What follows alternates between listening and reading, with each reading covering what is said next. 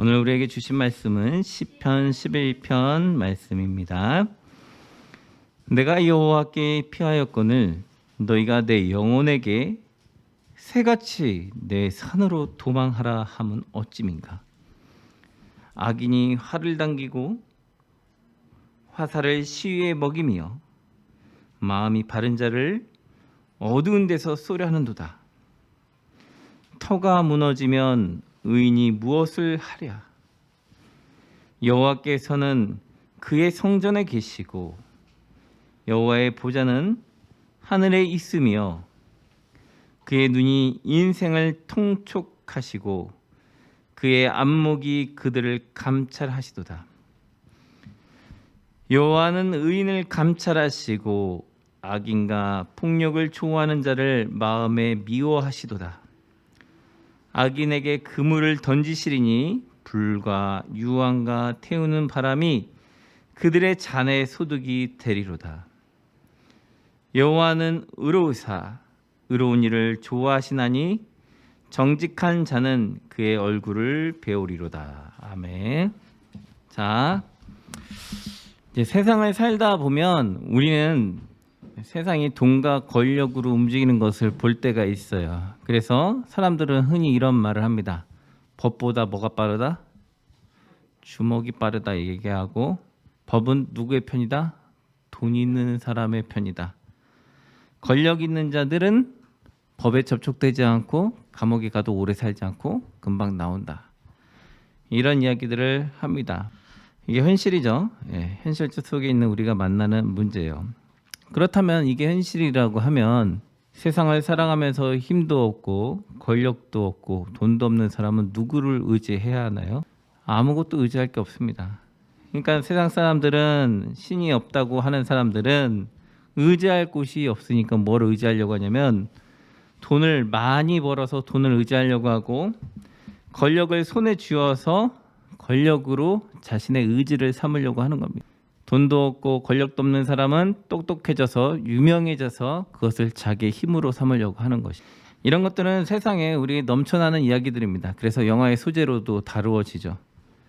최근에 마약왕이라는 영화에 나왔던 실존 인물에 대해서 그 사람이 마약을 팔아서 권력을 손에 줬는데 하루아침에 권력을 다 잃어버리고 감옥에 간 신세가 나는 것도 있었고, 또한 이런 세상의 권력들을 쥔 독재자들이 많은 이들을 죽음으로 몰아가는 상황도 우리는 지켜보고 바라보고 있습니다.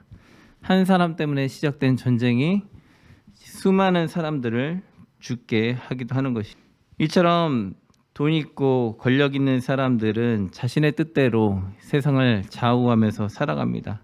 그로 인해서 돈 없고 권력 없는 사람들은 힘들어하고 상처받죠. 이런 어렵고 힘든 상황 속에서 하나님께서 우리에게 말씀하십니다. 너는 누구 의지할래? 너가 하나님 없이, 나 없이 이 세상에 의지해서 살아남을 수 있겠냐? 라고 질문하고 계시는 거죠.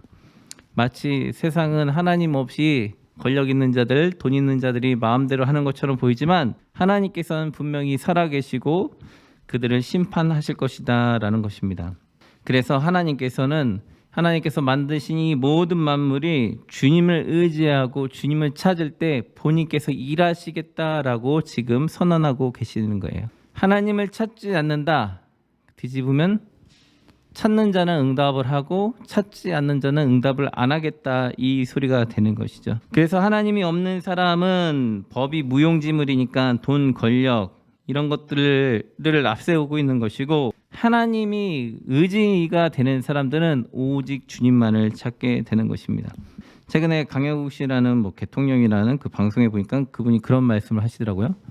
강아지가 서로 싸우고 독재자가 되어서 강아지들을 학대하고 강아지들끼리 그렇게 하는 이유는 주인이 절대 권력을 갖지 않아서 그렇다. 주인이 독재자가 되면 강아지들끼리 평화롭다. 하나님이 이 땅의 주인이 되는 세상, 하나님이 이 땅을 다스리는 세상이 될 때 모든 권력, 모든 돈은 다 주님 안에서 평등해지는 것입니다. 모든 남자와 여자, 권력이 있는 자, 권력이 없는 자, 돈이 있는 자, 돈이 없는 자, 능력이 있는 자, 능력이 없는 자, 지식이 있는 자, 지식이 없는 자, 이 모두는 다 하나님 앞에서 평등해질 수 있는 거예요. 하나님이 안 계시다면 평등해질 수가 없고 계급이 생기고 그 차이로 인해서 학대받고 상처받게 되는 것입니다. 기독교는 많은 계급과 갈등들과 불평등을 해소하면서 지금까지 역사 가운데서 일을 해왔어요. 그래서 하나님의 말씀을 의지하는 자들은 그 하나님의 권능과 능력으로 이 세상을 평등하게 만들어가는 것입니다. 불평등했던 세상이 그리스도의 말씀을 통해서 역사적으로 평등을 향해서 계속 가고 있어요. 하나님께서 일하고 계시는 거예요. 세상 사람들은 태어나고 죽고 하면서 하나님께서 일하시는 것들을 잊어갑니다. 과거의 역사라는 책 속에서 과거에는 불평등했대, 지금 이렇게 평등해진 건 우리의 지성이 이렇게 했대라고 생각할 수 있지만 수천 년 전에도 지금도 과거에도 미래에도 지성인들은 있을 것이고 그 지성인들로 이루어진 것이 아니라 하나님께서 말씀을 통해 우리의 지성을 일깨워 주시고 깨워 주셔서 평등하도록 움직이도록 이 사회를 바꾼 것이죠. 그러므로 세상 가운데 불평등을 이야기하며 하나님을 믿는 자들에게 네 하나님이 어디 있느냐, 나에겐 권력이 있다, 나에겐 돈이 있다, 너희 하나님이 뭐를 하느냐 하며 우리를 비웃고 차라리 그럴 바에는 산속에 숨어버려라 라고 조소하는 자들에게 너는 이렇게 하라라고 지금 우리에게 말씀하시는 겁니다. 첫 번째는 그들을 고소하라는 겁니다. 누구에게? 하나님께 고소하라는 겁니다. 우리가 길을 가다가 뺑소니를 당했는데 고소하지 않으면 처벌이 일어나지 않습니다. 고소해야지만 처벌이 일어나는 것이죠. 우리가 어려운 일과 힘든 일을 당할 때 하나님 앞에 사사건건 고소해야 하는 것입니다. 하나님께 고소하지 않으면 하나님께서 일하지 않습니다. 하나님이 능력이 없어서가 아니라 고소되어 있지 아니하기 때문에 하나님께서 일을 안 하시는 겁니다. 그러므로 하나님 앞에 고소하셔야 됩니다. 하나님께 고소를 하면 하나님께서 일을 하십니다. 지금 세계 2위인 러시아하고 세계 35위 정도 되는 우크라이나하고 전쟁을 했습니다. 사람들은 3일 만에 우크라이나가 점령될 거라고 다 예상을 했어요. 근데 지금 43일 정도 됐는데 아직도 점령은커녕 오히려 밀리고 있습니다. 다들 하는 말이 이거는 설명이 안 된다라고 말을 하고 있어요. 많은 기독교인들이 우크라이나를 위해서 기도했습니다. 하나님께서 러시아를 밀어내기로 작정했기 때문에 밀리는 거죠. 만약에 하나님께서 작정 안 하셨다면 3일 만에 끝났을 전쟁입니다. 이거는 따지지도 보지도 묻지도 않아도 됩니다. 왜냐하면 국방력이 너무나 강대한 국가였기 때문에 그렇습니다. 그러나 하나님께서 우크라이나를 돕고 계시기 때문에 이게 과학적으로 설명이 안 되는 놀라운 일들이 생기기 시작하는 것이죠. 이처럼 하나님께 고소하면 하나님은 하나님의 방법과 뜻대로 상황들을 바꿔 가신다는 겁니다. 하나님은 살아계십니다. 그 하나님께서 일하고 계시는 겁니다. 우리의 생각은 이렇게 A라는 타켓을 이렇게 만들어서 A-를 만들어줬으면 좋겠다라고 생각하고 기도할 수는 있겠지만 하나님은 A를 B로 만들 수도 있고 C로 만들 수도 있는 분입니다. 기도하지 아니하면 하나님은 일하지 않습니다. 고소하지 아니하면 하나님은 응답하지 않습니다. 그러므로 어렵고 힘든 일이 있을 때 어떤 사람들은 혼자 끙끙거리면서 시간이 해결하겠지, 나의 답답함을 누군가가 대신 하겠지, 대신 처리를 하겠지라고 혼자 삭히는 사람들이 있는데 절대 혼자 삭힌다고 문제가 해결되지 않습니다. 하나님 앞에 고소해야지만, 하나님께 기도해야지만 하나님이 응답하신다라는 겁니다. 두 번째는 하나님이 살아계심을 절대적으로 믿어야 된다라는 겁니다. 왜 믿어야 되냐면 어떤 사람들은 기도하면서 이런 생각을 합니다. 하나님이 정말 계실까? 하나님이 정말 응답하실까? 하나님이 이렇게 하찮은 일까지도 신경 쓸까? 하나님이 매우 바쁜데? 라고 생각하면서 기타 등등으로 자신의 마음을 하나님 앞에서 멀리합니다. 그래서 어떤 사람은 기도하지 않습니다. 아니면 하나님은 모든 걸 다 아시는데 내가 기도할 필요 있어? 하나님 앞에 뭘 기도를 해? 하나님이 다 알고 계시는데? 그러면서 기도하지 않습니다. 고소하지 않습니다. 하나님 앞에 하나님께서 응답하시는 하나님이시라는 것을 믿는다면 철저하게 기도하고 적는 것입니다. 그리고 이 나의 기도에 응답이 되었는지 확인하는 겁니다. 응답이 될 때까지 기도하는 겁니다. 예수님께서 비유를 들어 말씀하시길, 한 재판장이 있었는데 한 여자가 와서 계속 고소를 하는데 이 재판장이 권력이 너무나 높습니다. 그래서 이 여자를 되게 우습게 봐요. 그래서 사실 상대하고 싶지 않습니다. 근데 계속 귀찮게 하니까 이 재판장이 너무 귀찮게 하니까 이 여자의 이야기를 들어줘야 되겠다라고 하면서 그 이야기를 들어줬다라고 말을 하고 있습니다. 그것처럼 하나님은 수많은 일들을 하고 계셔서 우리의 기도를 안 들을 수도 있어요. 근데 우리가 하나님께 간절하게 지속적으로 반복적으로 기도의 응답이 될 때까지 귀찮게 하나님을 하는 겁니다. 고소를 하는 거예요. 그래야지 응답이 이루어지는 겁니다. 그냥 한 번, 두 번 기도하고 하나님 응답하시겠지, 본인이 응답을 결정한 거죠. 하나님이 응답을 결정한 게 아니죠. 하나님이 알아서 하시겠지가 아니라 하나님께 기도하는 겁니다. 어떤 사람은 자신이 기도해놓고 자기가 다 답을 했다고 생각하고 자기가 결정해놓고 밀고 붙이는 사람도 있습니다. 그런 거 아닙니다. 하나님이 응답하실 때까지 기도하는 겁니다. 상황이 바뀔 때까지, 응답할 때까지, 하실 때까지 기도하는 겁니다. 하나님의 절대적인 살아계심을 믿고 간절하게 요청하는 겁니다. 하나님께서 우리의 마음과 인지적인 것과 모든 것들을 사용하셔서 우리의 마음이 정말로 진실로 원하는 것인지 보시길 원하는 거예요. 그러므로 우리의 마음과 생각을 다 담아서 녹여서 하나님께 간절하게 올리는 겁니다. 어떤 사람들은 이런 생각도 합니다. 예를 들어서 누군가가 있다가 이렇게 하다가 그 사람이 나를 너무나 속상하게 했어요. 그러니까 교회 다니다 보니까 하나님은 사랑이래요. 그래서 하나님이 용서하라고 했으니까 묻지도 따지지도 않고 기도하다 말고 갑자기 용서합니다. 그거는 하나님의 방법이 아닙니다.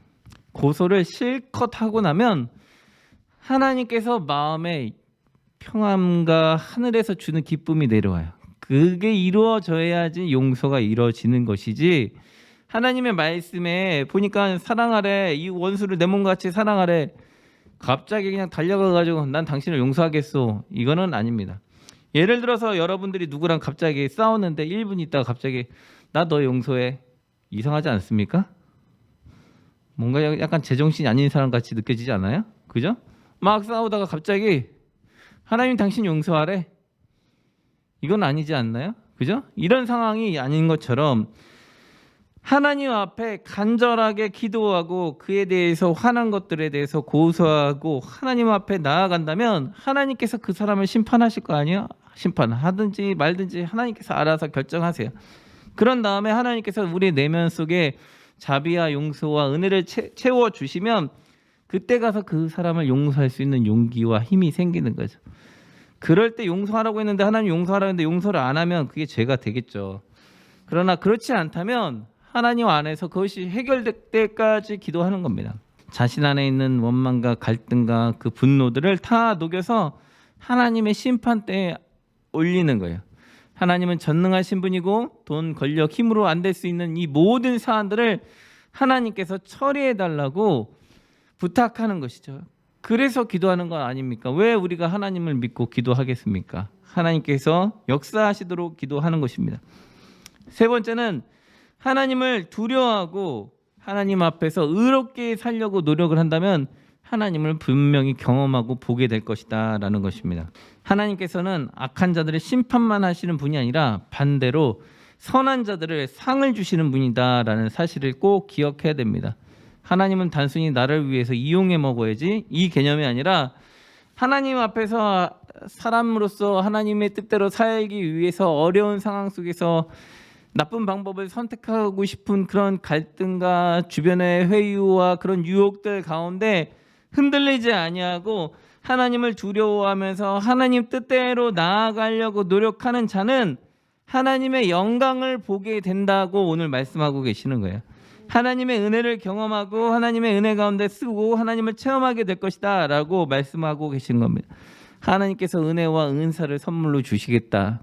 하나님이 나를 경험하게 될 것이다. 나를 보게 될 것이다. 라고 이야기하고 있는 겁니다.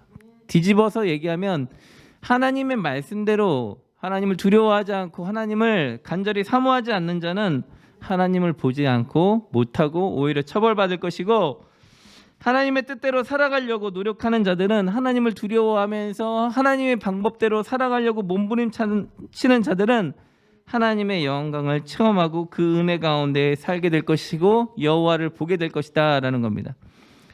하나님을 본다라는 것은 우리의 육안으로 본다라는 개념이 아니라 하나님의 은혜를 체험하고 알아가는 거예요. 하나님의 영광을 경험하면서 하나님이 이런 분이구나 라는 것을 느껴가는 거예요.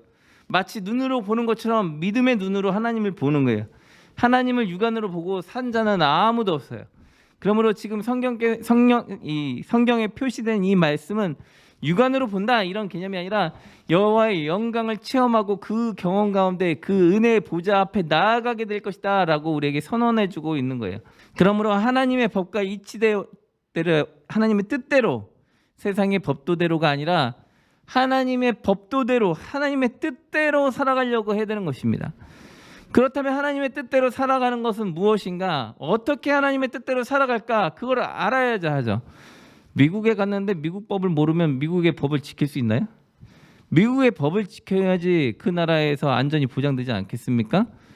로마에 가면 로마의 법을 따르라고 합니다. 그럼 로마의 법을 알아야지 로마의 법을 지키죠. 그 학교에 가면 그 학교의 문화를 지켜야죠. 그 학교에 법칙이 있을 거 아닙니까? 그렇다면 하나님의 나라에 법칙이 있을 것인데 그거는 바로 하나님의 말씀이 성경에 있는 것이에요. 그러므로 여호와의 뜻대로 여호와를 두려워하면서 하나님을 경외한다는 것은 이 성경의 말씀을 깨닫고 이 말씀대로 살아가는 자에게 주어진 거예요. 성경에는 하나님께서 뭐라고 말씀하셨냐면 내가 너에게 하는 말은 다른 나라 언어로 너에게 준 것이 아니요 너희가 깨닫지 못하도록 쓴 것도 아니며 다른 사람이 너희에게 설명을 해줘야지 깨닫도록 쓴 말씀이 아니니 이 말씀을 읽고 지키는 자는 하나님의 나라의 생명책에 기록되리라 라고 되어 있단 말이에요. 그런데 많은 사람들이 이 성경을 읽고도 깨닫지도 못하고 듣지도 못하고 보지도 못해요. 관심이 없어요. 하나님의 말씀을 반복적으로 읽고 깨닫고 이 말씀대로 살려고 해야 되는데 이 말씀을 자꾸 엉뚱하게 해석하고 다르게 보고 나아간단 말이에요. 그리고 자기가 생각한 사고방식, 우리가 경험하는 세계관, 우리가 이 땅에서 살아갔던 경험들 여기다 섞어서 마치 그것이 성경인 것처럼 해요. 근데 이 책은 4,000년, 6,000년 전에 선사시대, 청동기 시대 때 쓰여진 단어예요. 그러면 그 시대에 하나님께서 뭘 말씀하셨는지 유추하고 깨닫고 그것을 오늘날 우리가 어떻게 살아가야 될지 연구를 해야 되는 것이 우리에게 주어진 숙제다라는 겁니다. 그러므로 지금 시대는 변하고 있어요. 이제 곧 있으면 AI도 나오고 로봇도 나오고 로봇이 사람처럼 말도 하고 대답도 하고 걸어도 다니는 그런 시대가 오고 있단 말이에요. 강아지 로봇도 나왔잖아요. 벌써. 이제 최첨단의 시대가 오고 있어요. 이런 시대 가운데 여호와의 말씀을 의지하는 우리가 어떻게 살아갈 것이냐. 성경은 6,000년 전 쓰여져 있는데 4,000년 전부터 쓰여진 건데 이 과연 성경은 그 시대 문화 배경 가운데 선포된 말씀이잖아요. 그죠? 지금 그 시대는 사람들이 우상을 조각해가지고 몸에 차고 다니고 그런데 지금 누가 차고 다니나요? 아니잖아요. 하나님께서 우리에게 무엇을 말씀하시는지 깨달아야 된다라는 겁니다. 하나님이 의도하시는 방향, 하나님의 연애 편지잖아요. 인간을 향한 하나님의 연애 편지. 하나님께서 살아계시다를 계속 선포하고 있잖아요. 이 성경은 내가 살아있다. 나를 의지하고 찾는 자는 나를 만날 것이다. 나를 두려워하라. 이 세상에 하나님의 법도대로 살아라. 인간들에게 피해를 주려고 하지 말고 서로 사랑하고 배려해라. 그것이 하나님께서 우리에게 주신 말씀 가운데 기초를 이루고 있잖아요. 그래서 하나님 사랑과 이웃 사랑을 실천해라. 그것이 하나님께서 우리에게 주신 말씀입니다. 많은 사람들은 사람을 의지하고 사람을 믿고 살아가요. 근데 하나님은 우리에게 말씀하시길 사람은 믿음과 사랑의 대상이 아니라 하나님이 믿음이요 사랑의 대상이며 사람은 배려와 이해의 대상이다라고 우리에게 말씀하고 계시는 거예요. 그러므로 서로 사랑하고 하나님의 말씀대로 찾고 노력하는 저희가 되었으면 좋겠고 힘들고 어려운 일이 있을 때마다 하나님께 간절하게 기도해서 응답받는 저희가 되었으면 좋겠습니다. 40분간 각자 기도하셔서 하나님의 은혜 가운데 말씀 놓고 기도하시길 바랍니다. 기도하겠습니다.